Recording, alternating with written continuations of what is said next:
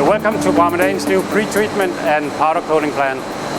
Some years back we had a vision that we could make a vertical baler within 24 hours from the point of time where we take the first steel plate until we have a finished machine at the end of our assembly line. To fulfill this vision, we made a new investment in this pre-treatment and powder coating plant. At the same time, we have had a much more environmental friendly coating process. We don't have any more organic solvents. We've taken down our chimney. We have reduced water consumption with more than 90%. This is the first part of our new plant. To make sure that the products are in the same position anytime, we may spend a lot of time making drawings and system for hanging up the products to make sure that we have no collisions at any later point in the robot zone. When the products are in place on the conveyor, we enter the code from the drawing, which is a 6-digit code, and that is at the same time the program the robot will use for the painting process. We check the color, and after that it's on the way. After the loading zone, the machine will enter pre-treatment process. This process is divided into 3 different steps. The first one is a decreasing process where we make sure that the steel is clean.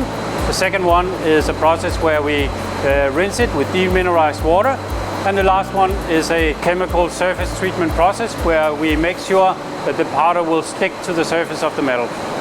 Then it enters an oven where we dry it at 100 to 120 degrees. And at the end we cool it down to 40 degrees again before it's ready for the powder coating process. In this part of the process, the robot will paint all our machines. Everything is hanging on one 4-meter boom that can take up to 3 tons. After finishing yellow color, as you can see behind, we'll make a quick color shift. It will take about 1 minute. Then the robots are ready and the next section will be gray. This way we're able to plan our daily production, shifting every second or third boom between different color, or if there are any special customer requests, we can change into a specific customer color. In the power kitchen, we handle the power. The normal colors, yellow and gray, that we use in very big volumes, we get in 400 kilo big bags. It runs under the floor into the power kitchen and then is distributed into the powder guns on the robots. Next to our robots, we have a small office where we handle all the programming of the robots. Today that is done using virtual reality interface that significantly saves time and makes the programming easier than it was in the old days. Programming in virtual reality makes my job a lot easier because I can transfer my knowledge I got from real life painting over to the robot without any problem. Doing the program offline makes the production run a lot smoother because I can do the program without disturbing the production. That makes up a lot of time. Before I would have used 2 days making the targets and the paths. Now I will only use about 2 hours, so I'll save a couple of days doing the VR. As soon as I'm done with the VR programming, I can make a simulation.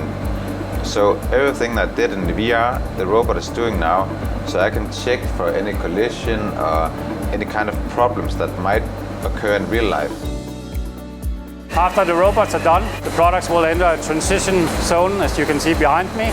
After that it goes into the curing oven, where we'll bake it at approximately 200 degrees. It's important that we have an even heat distribution in the oven and that we have a very energy efficient process. The products will stay in the oven for approximately 1 hour. After the transition zone, when the products are down at 40 degrees, it will enter our finishing line. We'll take it straight from the conveyor onto the finishing line to save time and any intermediate storage of the products.